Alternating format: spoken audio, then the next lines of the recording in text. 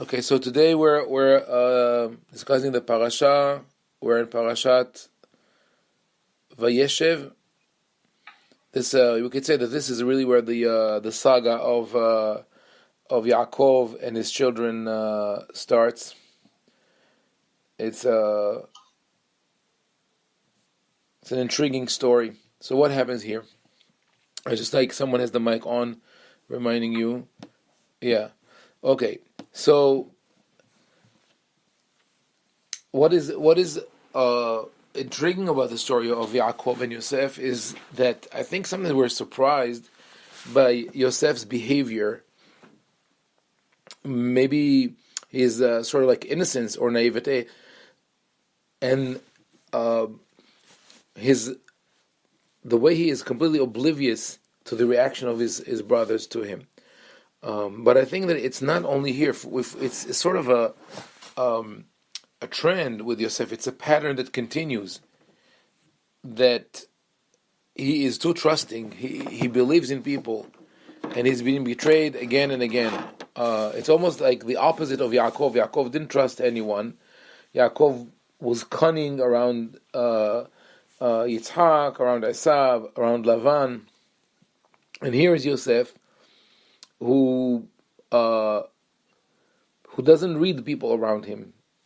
First, he trusts his brothers, and they betray him. Then he trusts the Potiphar's wife, and she betrays him. And then he trusts the cupbearer, and that person betrays him. So, what happens with Yosef?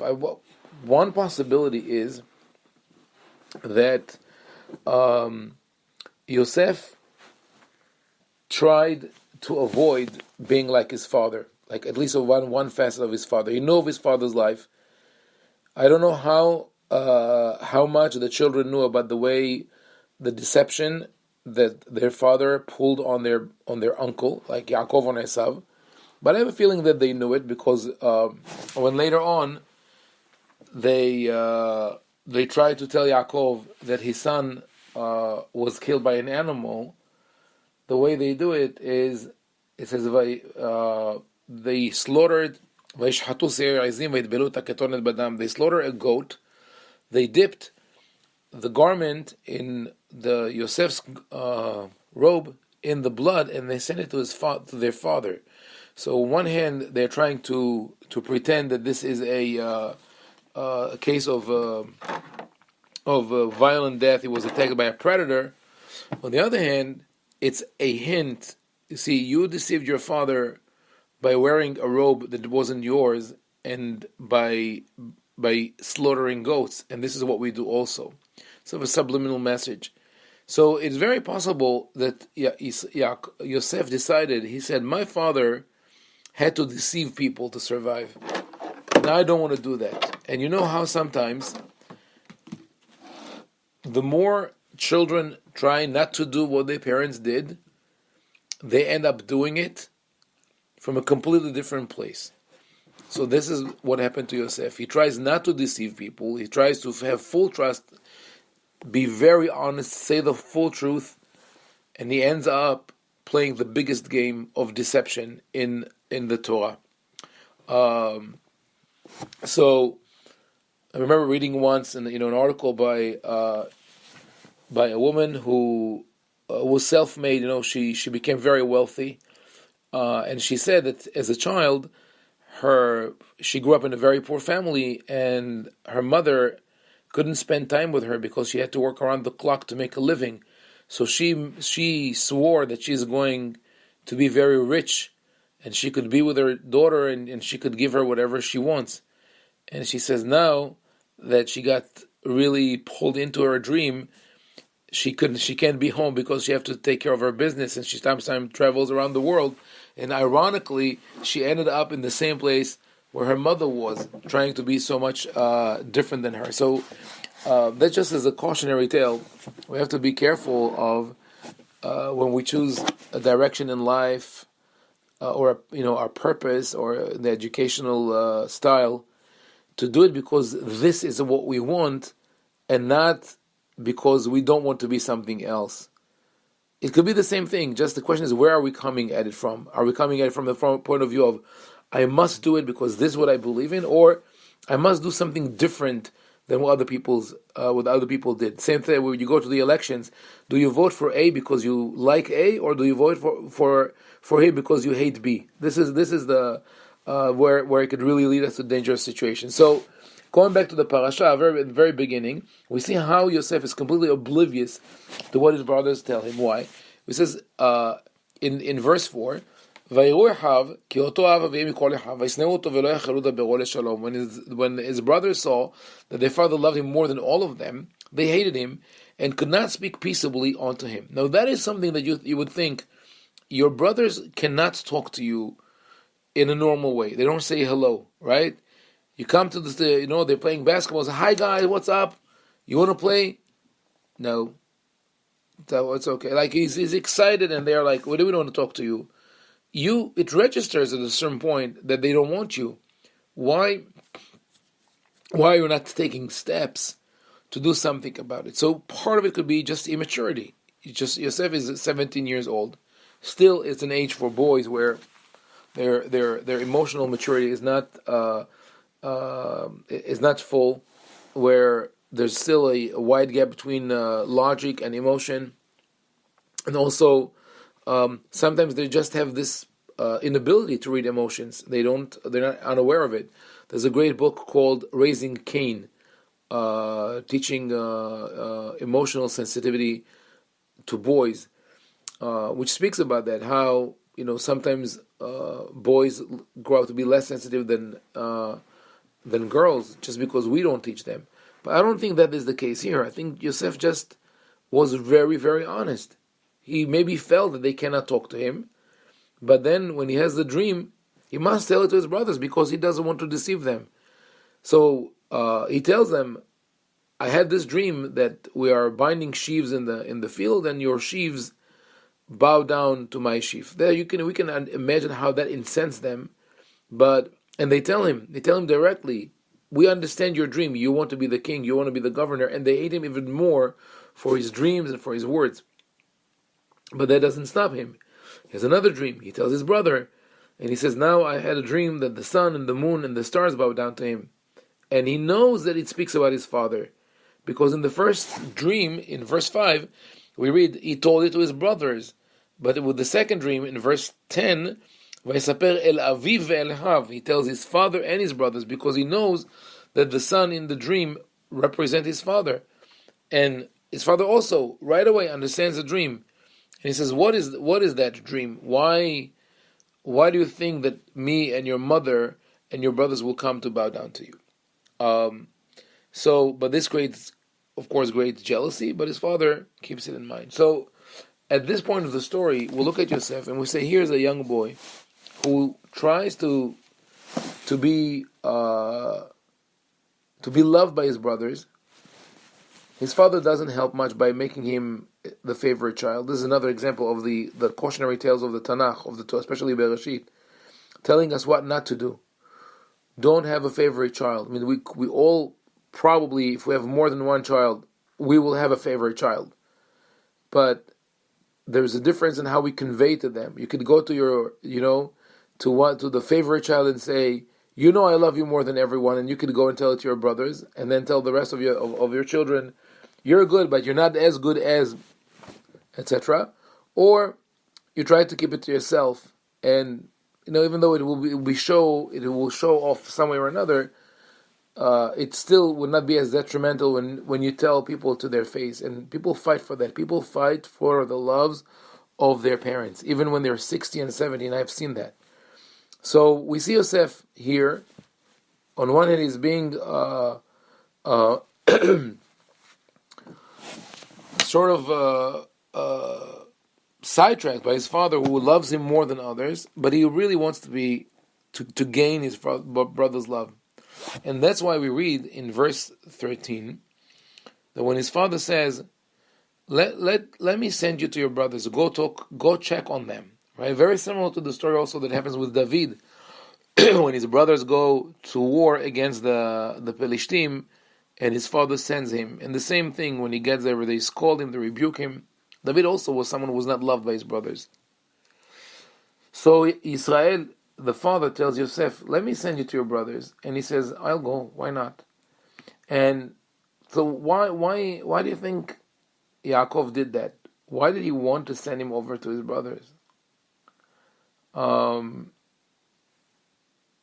think that what he wanted, maybe he felt that he is an obstacle. He says, I always, get in between them. I show him greater love. If I send him over to them to check on them, they will know that they are more important than him. Right? So maybe that was Yaakov's way to intervene in that sibling rivalry by pulling himself out of the picture. Right?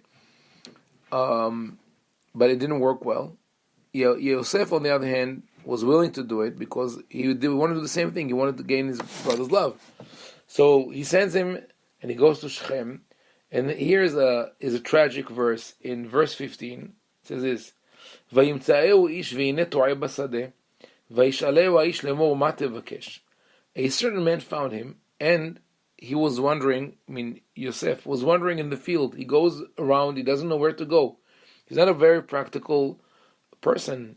The man finds him. He doesn't ask the man, can you help me? He doesn't go around to ask neighboring tribes, neighboring shepherds, do you know where my brother is? He's clueless. He's really not an outdoors man. He used to maybe really be with his father more. And the man asks him, what are you looking for? He says, I'm looking for my brother. Do you know where they're grazing? And the man says, they left this place because I heard that they said, let us go to Dotan. He follows them and he finds them in Dotan. Now these two verses intrigued the Midrash. The Midrash says, wanted to know, why do we need to know, what is the point of that exchange? What do you think? Why do you need to tell me that Yosef went to Shechem, but they weren't there, and the men found him and he talked to him, and then he went to Dotan? Why is it necessary? So the Midrash came up with a fantastic explanation, saying that this was all orchestrated by God. That is part of the theology of the Midrash and the rabbis of the Mishnah, to show that everything is orchestrated by God. And then there's a huge problem because there's no free will. How is it orchestrated by God? They look at Rashi quotes those Midrashim. When he looks at the book Emek Hebron, the valley of Hebron, Rashi asks the question, is it the valley? We know that Hebron is on the mountain because we speak of the mountain of Hebron. And the answer to that question is very simple. Wherever there's a mountain, there's a valley. There's the valley next to the mountain. It would be the valley under the same name. But the rabbis gave it a different interpretation. They said that the word Emek, valley, in Hebrew, comes from the same word as Amok, deep. So there was a deep thought, a deep plan by God to orchestrate this whole thing. Now, when we come to verse 15 and we see the man that finds Yosef wandering in the field, the Midrash says, who's that man? And when we study Midrash, we'll see that this is a common question raised by the Midrash. The Midrash does not like to have anonymous people or unnamed places. We always have to identify them. So Midrash sees that and says, okay, who is that man? I want to know his name. That, I think I mentioned before, is an influence of the Greek literature and theater that lived side by side in Israel in Mishnaic and Midrashic times. The Greek drama was very detailed. The Tanakh, on the other hand, is sometimes succinct. They wanted to know the details. They come to the rabbi and says, who is that man? The rabbi say, that man was Gabriel. It was an angel sent by God to direct him to his brothers because Hashem wanted him to be sold to a slave and Hashem wanted him to go to Egypt. Again, this leaves nothing to free will and to the decision of humans. I think that is exact opposite. The Torah wants to shock us with the simplicity of that story, with the naivete of Yosef. Yosef goes to Shechem. He had a mission. Go to Shechem and go check on your brothers.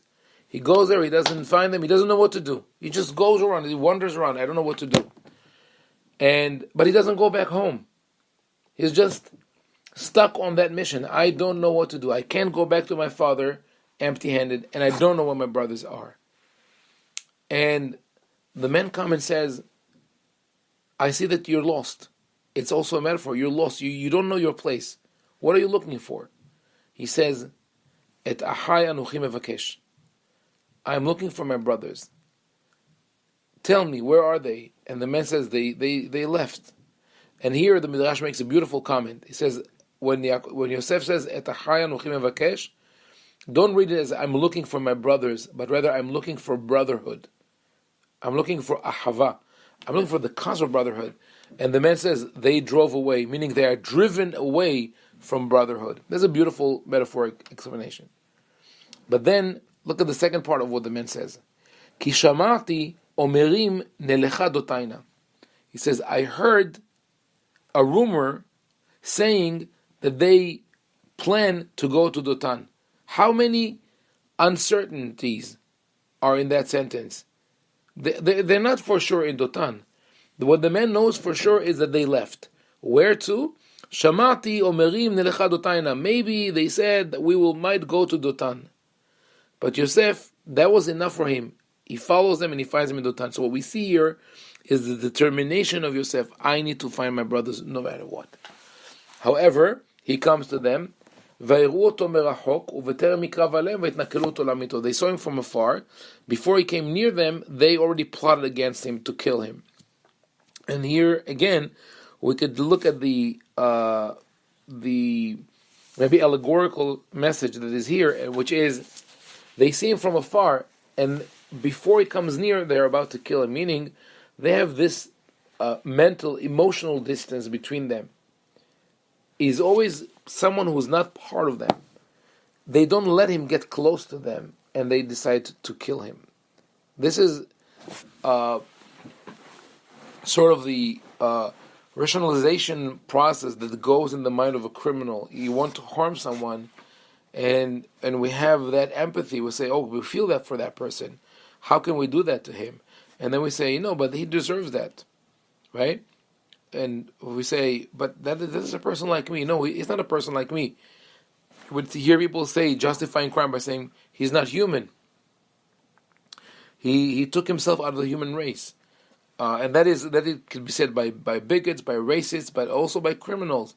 Or to say, it's me and him, me and them, we're not on the same plane. This is what happens between Yosef and his brothers.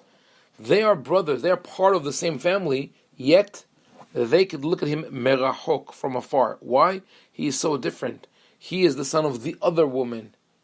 He is the one who gets special treatment. We're not on the same plane. And that also brings back the punishment of Yaakov, doing what he did.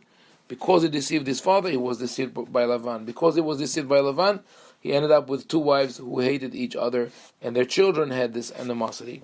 So now they say, let us kill Yosef and throw him into one of the pits, and say that he was devoured by a beast, and let's see what his dreams will come about. Now Reuven saves him. And then here there's a very big confusion about what exactly happened with Yosef and his brothers, because we have several players.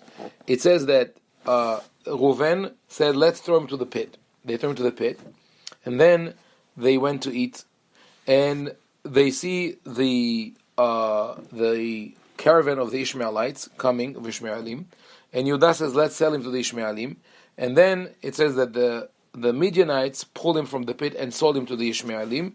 And then at the end of the chapter, it says that the Midianites sold him to Egypt. So who sold him? The Midianites, the Ishmaelites? Were there three groups of people? Were the brothers? What exactly happened there? So the Midrash separates Reuven from the rest of the brothers. He went to more. I'm not going to go there. I want to say, what is the pshat? What did really happen here? This is how I understand it. This is how I think it worked with the psukim. There are two potential leaders among the brothers, Reuven and Yehuda. And we spoke about it last 2 weeks ago with Parashat VaYeshev, that the difference between Reuven and Yehuda was Reuven grew up in a household where his mother felt miserable. Yehuda grew up in a household where the mother felt grateful. So they had different types of leadership. So Reuven is always hesitant. Reuven wants to take the lead, but he doesn't want to do it all the way. So Reuven says, Lo nakenu nafesh, let us not kill him. What does it mean, let us not kill him? Let us not kill him directly. So he wants to please his brothers, but also please his conscience. So he says, let's just throw him into the pit. And he thinks, okay, later on I'm going to sneak and pull him out. So that's what they do. They take off his robe. Tragic moment, because it shows us this is the source of animosity. This is why they hate him, because he has this preferential treatment. And they throw him to the pit. And now they sit to eat bread, which is horrific. How can you sit and eat? You just threw your brother to the pit. You sentenced him to death. We know only in retrospect from what the brothers said when they were held prisoners by Yosef, that they felt horrible about it, because they said in later in Bereshit, this is Ki ra'inu tzarat achinu betchonenu elenu velo shamanu. It is our fault. He cried out to us, and we didn't hear him. So it's probable that what they did, they went far away from him. So now we have to look at the triangle. The brothers are at one corner, the pit is in another corner, and the Ishmaelites are in the third, part of that triangle. They eat. They went far away. They try to pretend that everything is normal. Let's sit and eat. We can't hear him now. Everything is okay. They see the Ishmaelites. And Yehuda says now, you know what? Here's what we're going to do. If we leave him in the pit, he's going to die, and we have to cover for his blood, which is a synonym for murder. It's a murder when you cover up the tracks. It says, let us sell him to the Ishmaelim and not do anything to him, because he is our brother, is our own flesh, which is sort of sad, right? You use the argument, he is our brother, so we shouldn't kill him, just sell him as a slave. How? Not good enough, right? If he's your brother, save him, hug him, kiss him, show him love. No, it's good. As a brother, we just sell him as a slave to this horrible place called Mitzrayim, it's fine. But meanwhile, while the brothers were talking, they're on one side, the pit is on another side, the Ishmaelites are coming from a different direction, and the nomads, the Midianim, who are Soharim, unlike the Ishmaelim, have this path, they're going to Egypt. The Midianites are Soharim. Usually the Midianites are described as raiders. They are the nomads who would come and raid the tent dwellers or the urban dwellers. But here they are Soharim. Sohar means merchant, but also someone who goes in circles. So they are like looters. They're scavengers. And they found this Yosef. For them, it's another piece of loot. They pull him up and they sell him to the Ishmaelites, who would like some. It's not a good merchandise for the Midianites, because as raiders they need to be on the move and keep raiding other places. But for the Ishmaelites, it's a perfect merchandise. They sell him.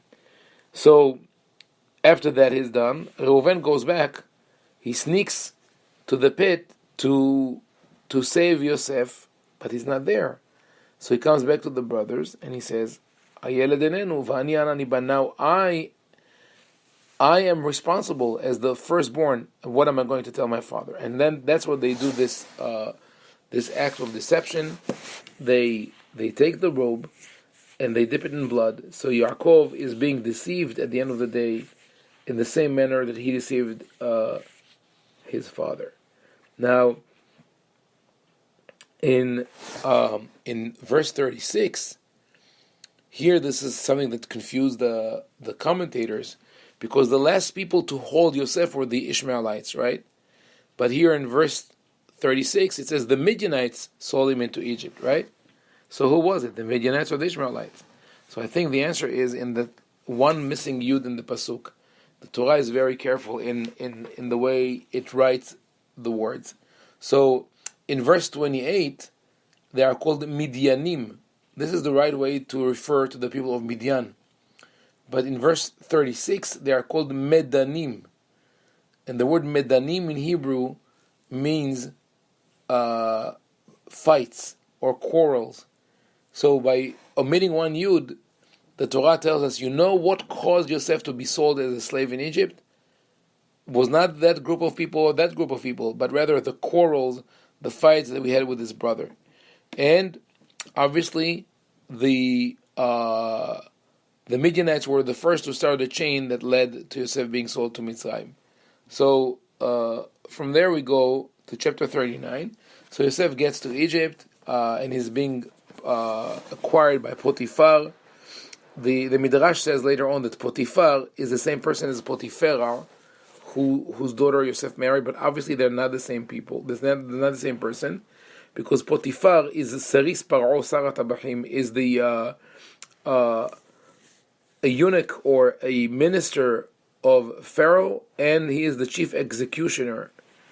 The Tabah here means executioner, as in Jeremiah and Divrei Yamim in Chronicles, when they speak about Nebuzaradan, the master executioner. So he acquires Yosef, and Yosef serves him, and Yosef is very successful. And Yosef here again gets this preferential treatment, but now he feels even more entitled to it, because in his father's house, the only reason that he was entitled to this preferential treatment was the circumstance of his birth and the death of his mother. But here, he is successful, so he finds grace in his master's eyes, and Yosef conducts his business, and Potiphar's wife desires Yosef, and she tells him, lie with me. So she's very direct. She's not hitting around the bush, but he refuses.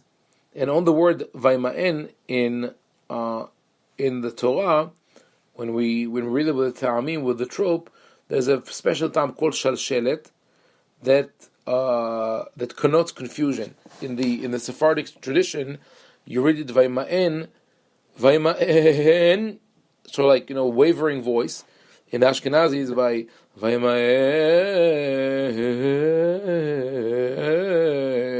So again, it's like something that goes on and on. He doesn't know what to do. He's deliberating.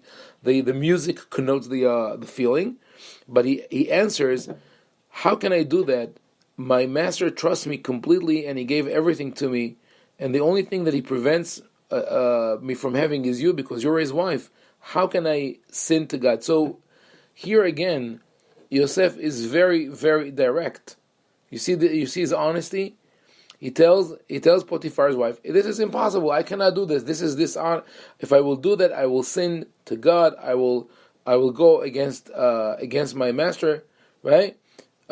He could have come with a lie. He could have went to his master and say, "I don't feel comfortable. Something to do to get away from it." But he just thought that he made his point.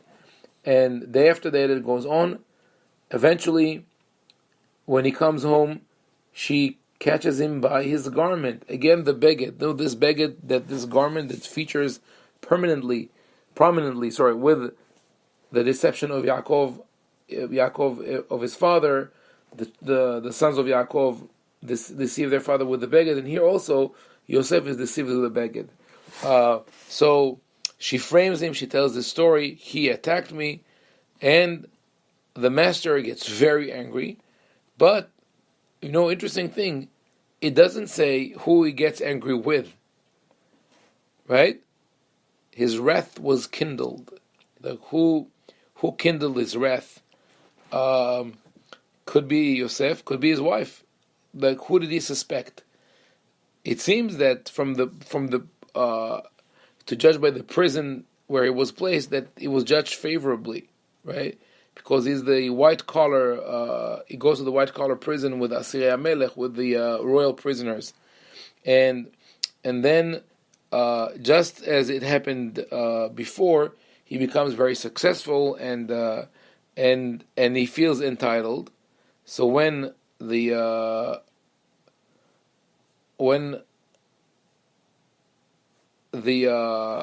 two servants of Pharaoh, the cupbearer and the baker, come with their dreams, he feels comfortable to tell them, you need, I need to get out of this place. Please help me. Please talk to the please talk to the king. Yeah, you're right. It could be that Yosef was just didn't have any other choice. I don't know what he could have done. Run away. I don't know that he could have done something. You're right, but still, it seems that if he had no other thing to do, he didn't try to avoid her as much as possible because he thought that she understands that this is a boundary that she shouldn't cross. But before we continue here, we can't have time to finish this whole parasha. But we go back. I skipped chapter 38, which is extremely interesting, but we can't get into it now. Yehuda, sort of abandoned his brothers. He marries. This is something that takes many, many years. This is a story in chapter 38 that takes almost 20 years because Yehuda gets married. He has children, 3 children, Ze'ir, Onan, and Shelah, and they grow up and they get married. And the first one dies, the second one dies, the third one he doesn't know what to do.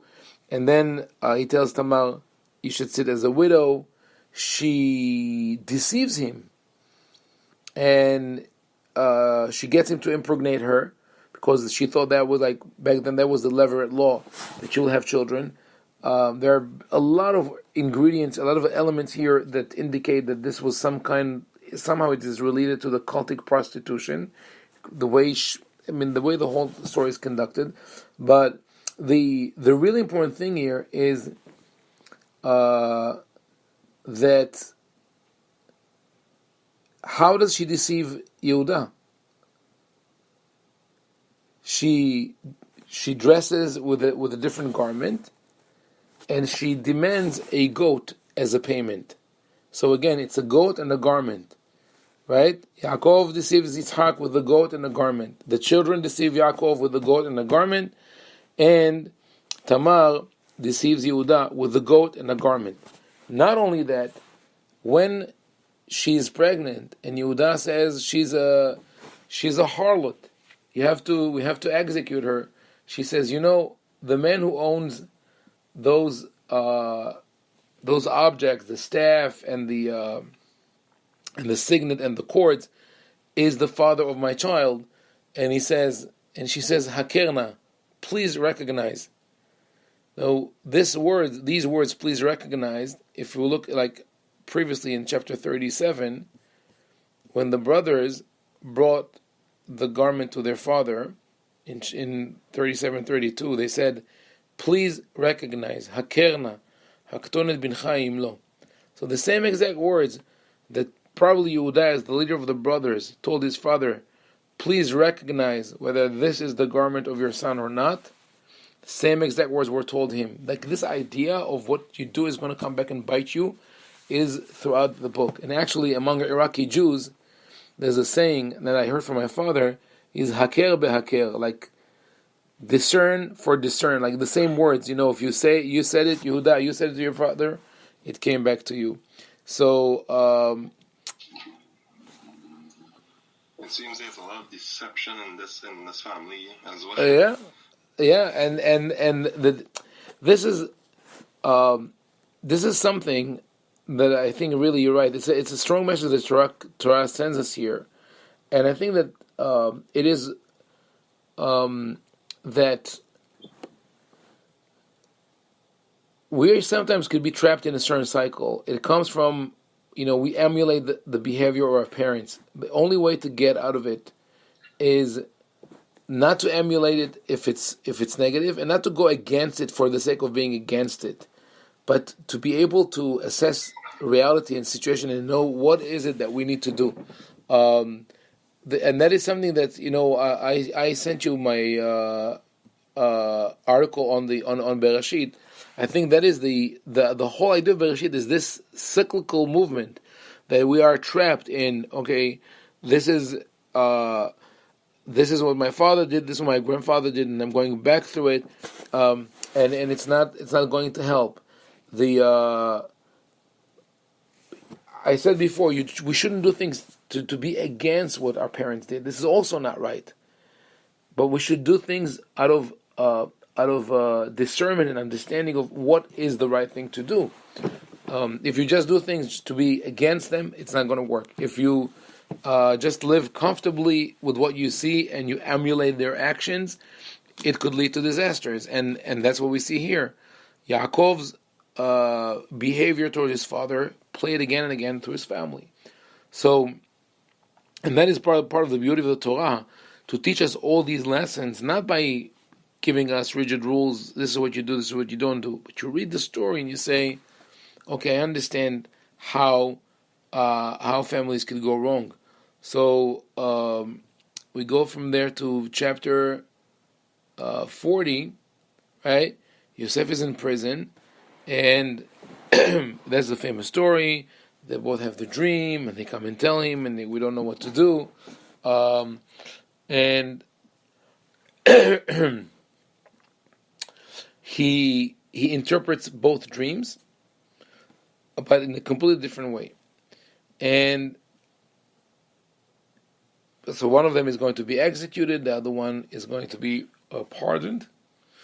And Yosef tells the cupbearer, in 3 days you're going to be restored to your previous position. And he says, please remember me with you when you will be in a better position, and please do this act of loving kindness with me, and mention my name to Pharaoh and bring me out of this house, the prison. I was stolen, I was kidnapped from the lands of the Hebrews, and here also I did nothing, I have no fault, and I was put in the pit. Now Yosef thinks that this is a perfect speech, right? Look, I'm suffering, I'm miserable, I was stolen, I was kidnapped, I was sold, I'm innocent. Please remember me with you. Maybe this is what failed him. When he says, remember me with you, Zechatani itcha, and the cupbearer thinking, no, I don't want to be with you. The moment I get out of this place, I don't want to remember you. Right? Now, did Yosef have to do it or not? Of course he had to do it. What else are you going to do? That's your only friend. He's your only communication with the outside world. Right? So what went wrong? What went wrong is that Yosef never tried too hard to get out of his situation. Even when you could say, okay, was he stuck in the situation? He's a prisoner. He's in the house of Potiphar. But he always relied on the kindness and goodness of other people. And we're right. He was in a tight place. What else could he have done? I don't know. But I know what else he did eventually. And that's in next week's parasha. There are two words that I really love, because I think they show us that Yosef finally learned his lesson, and that's in Parashat Miketz. Paro, has the famous dream, and he doesn't know two dreams. He doesn't know the interpretation. He gets very upset. He calls everyone. Finally, the cupbearer says, "Oh, remember this kid? I don't know." Like dubious origin, he doesn't want to be associated with him, but he says, "Yeah, he actually is good. So you should talk to him." So, and here we look at verse 4. This is verse 14 in chapter 41. Look at the beauty of that verse. To me, it teaches us a lot of how a person evolves, and definitely the evolution of Yosef. It says, "Vayishlach Paro vayikrat Yosef." Then Pharaoh sent and called Joseph. Vayiritzuhu min habor, and they brought him hastily from the dungeon. Vayigalach vaychalef simlotav, and he shaved and he changed his clothes. Vayavo el Paro, and he came unto Pharaoh. So see, the Torah is very particular with the verbs. Look at the verbs. In hastened, right? Vayiritzuhu, they brought him hastily. They, in plural. And he shaved and he changed. If we would follow the grammatical pattern here, it should be they brought him hastily from the pit, they shaved him, they changed him, and they brought him to Pharaoh. But no, he shaved. So the way I look at this, like this story, Yosef sits in the pit. In other words, he rots in dungeon. That's what it is. 2 years since the cupbearer left and nothing happens, right? And he keeps replaying in his mind the dreams. Wow, the dreams of glory. The sheaves, the sun, the moon, the stars. Like, when is this going to come? And he thinks of what happened to him. My brothers betrayed me. Potiphar's wife betrayed me. The cupbearer betrayed me. I can't trust no one. And then there's a knock on the door. What happens? Pharaoh wants to talk to you. What happened? He had a dream. He needs you to interpret it. Oh, Pharaoh needs me. Okay? So now what? He could rush to Pharaoh, but he stops and thinks. He says, wait, I'm going to trust Pharaoh's kindness. I'm going to trust Pharaoh that when I give him the right interpretation, he's going to be so excited and so happy and give me whatever I want. No, I'm not going to do that mistake again. I don't trust anyone. I have to come now and deliver a sales pitch that will land me in the position that I need to be in. And he does that, right? But when he thinks of it, he understands also, I cannot come to Pharaoh with an orange jumpsuit, right? I am not going to be a prisoner dressed in rags after 2 years or 3 years or who knows how long in prison. I have to be very presentable, right? So they rush him from the dungeon. I can imagine like the guards running with him because they know that Pharaoh is furious. He needs an answer, right? And he said, wait. I need to shave. He said, what do you mean need to shave? Now, he wants to see you now. Sorry.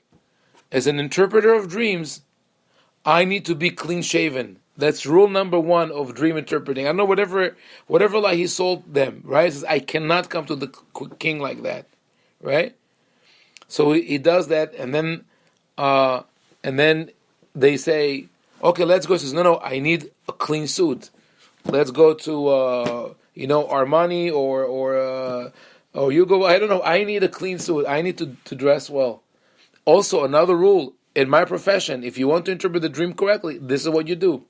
But really, I'm exaggerating. But in those 3 words, Vaygalah, Vayhalef Simlotav, he shaved and he changed his clothes. You see the mental shift, the paradigm shift in Yosef's mind. He says, now it's my life. I have to take command. He stops them. He doesn't care about the guards. He doesn't care about Pharaoh because he says, to me, it's fail or pass. He changes. He comes to Pharaoh as an important person, right? Yet, when he speaks to Pharaoh, he does not convey arrogance. It's not like me, it's me, but rather God is with me, and God is with you, and God loves you, and God wants you. And he sort of takes himself out of the equation. So Pharaoh looks at him and says, this is a smart guy, well-dressed, clean-shaven. He knows what he wants. And he sends me this message like, if I work with him, he will be able to pretend that he's submissive to me. This is really the if you want to go ahead and look at the next week's parasha, what Yosef is saying is, I'm sure that you as a smart king, this is what you're going to do. He's not giving him an advice. He says, I know that that's what you're going to do, right? And Pharaoh says, oh, you're the guy for me, right? Because you'll be able to work for me and tell everybody that that's my decision, right? So I'll be the one who works with a smart staff. But in those 3 words, to conclude, this is where Yosef realizes, enough with my innocence and my naivety. I'm going to really take this bull by the horns, and I'm going to own it. And he does. Did it work for him in the long run? It was a problem. He became too sophisticated. He went to the other side. From being someone who trusted others, he became someone who trusted no one but himself, and then he became too calculated. Which again, nothing is perfect, but it's a fascinating story. So I think we'll end with that. We'll wish Yosef good luck. We'll say to everybody Happy Hanukkah and Shabbat Shalom. And B'ezrat Hashem, we'll meet again next week.